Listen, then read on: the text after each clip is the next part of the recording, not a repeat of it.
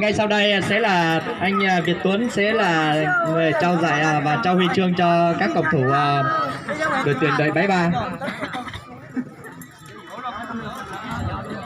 Đeo vào cổ luôn đi. Dạ, đeo từng người một vào cổ luôn. Thắt cổ từ từ luôn. Nên sau đây sai đó, giờ chủ sĩ dọn về bỏ tiền đó, rồi lên đây bỏ nó ra, thiên liệt tàu luôn nhẹ lên liên là cho một cho đó. Cho nó nào mà chỉ môn ba, chỉ môn đề nữa.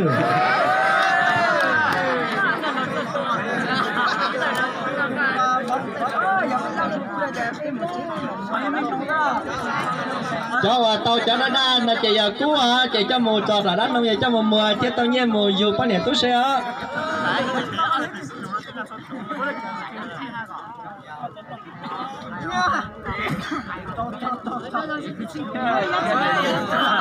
Kính mời bà con ai muốn chụp hình thì chụp hình lưu niệm nhá. Đây là đội tuyển đội 73 nhá, đã giành vị trí thứ 3 trong cuộc trong giải đấu Việt Tuấn Cúp năm nay. Rồi, xin trân trọng cảm ơn anh Việt Tuấn.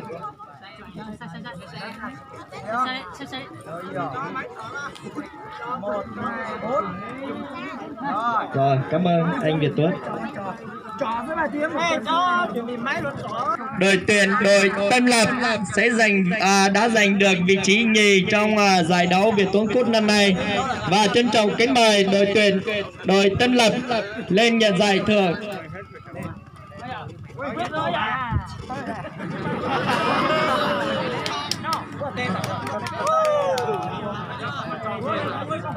Như trên đây là đội tuyển đội Tân Lập. Xin mời quý khán giả cho một tràng pháo tay cho đội tuyển đội Tân Lập.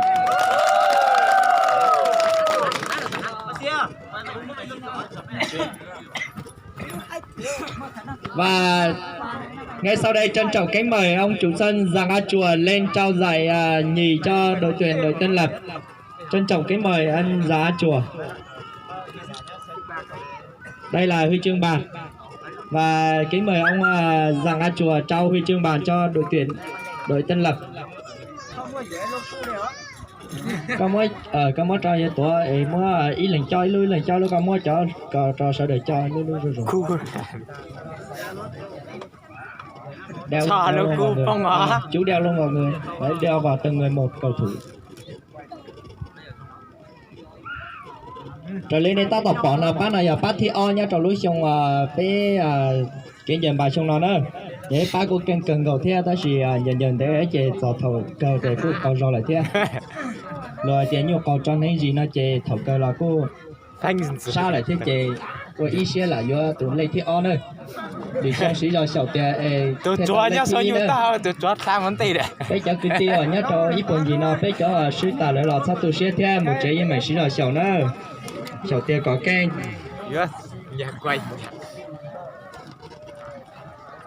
giờ lì xong muốn mua xong đó là bé liền mà cho các tổ chức đó bé mà sử dụng giờ có tao lên thi nữa.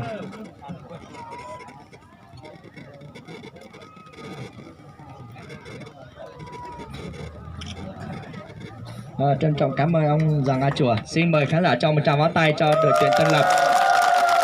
Cảm ơn các bạn đội tuyển Tân Lập. Xin mời các bạn trở về vị trí. Thầy bạn, tôi tóm luôn máy quay nó rồi. Xin dùng chẳng nói tỷ lệ cho sáng cái à. No. Và cuối cùng đây sẽ là đội giành được chức vô địch năm nay và đội đã giành được chức cúp vô địch Việt Tuấn năm nay là đội tuyển thôn 5B đất Rơ Mang.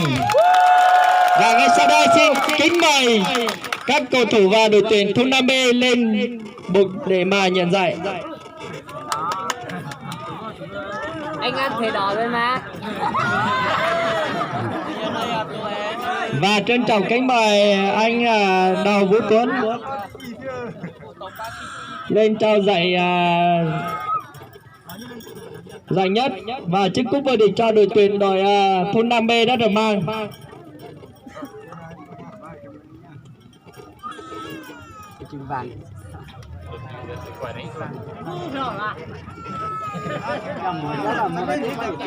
Ưu tiên là tác tỏ trong huy chương nó chơi do tu đầu tư là chỉ mua như thế phát cho bây lúa ở trong nhà bà nó lo chấp lại nữa giờ này là từ nó có nạn gì là họ phá một tháng cho người lúa chế mùa chỉ thế bây giờ ấy tụi mua lúa xe đâu xe rồng bây giờ lúa lửa hai này ta nửa lúa pe trên này mong nửa chế cái lò dễ cho bé xe đời nữa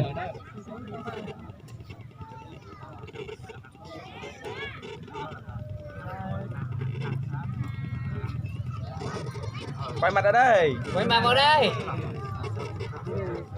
tất cả các bạn chú ý nha. Rồi như vậy là chiếc cúp đã được trao cho đội tuyển đội thôn 5B. Xin mời khán giả cho một tràng vỗ tay thật là lớn. Cảm ơn anh Đào Vũ Tuấn. Rồi trân trọng cảm ơn đội tuyển đội thôn 5B. Chán tí rồi. Chán tí sao?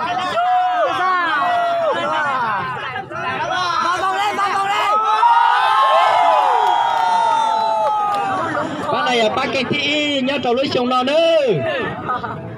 Có trò trò này sẽ là Một chế. Tiếp tục chương trình xin mời ông Mùa A Bang lên đảo Chí Vang bế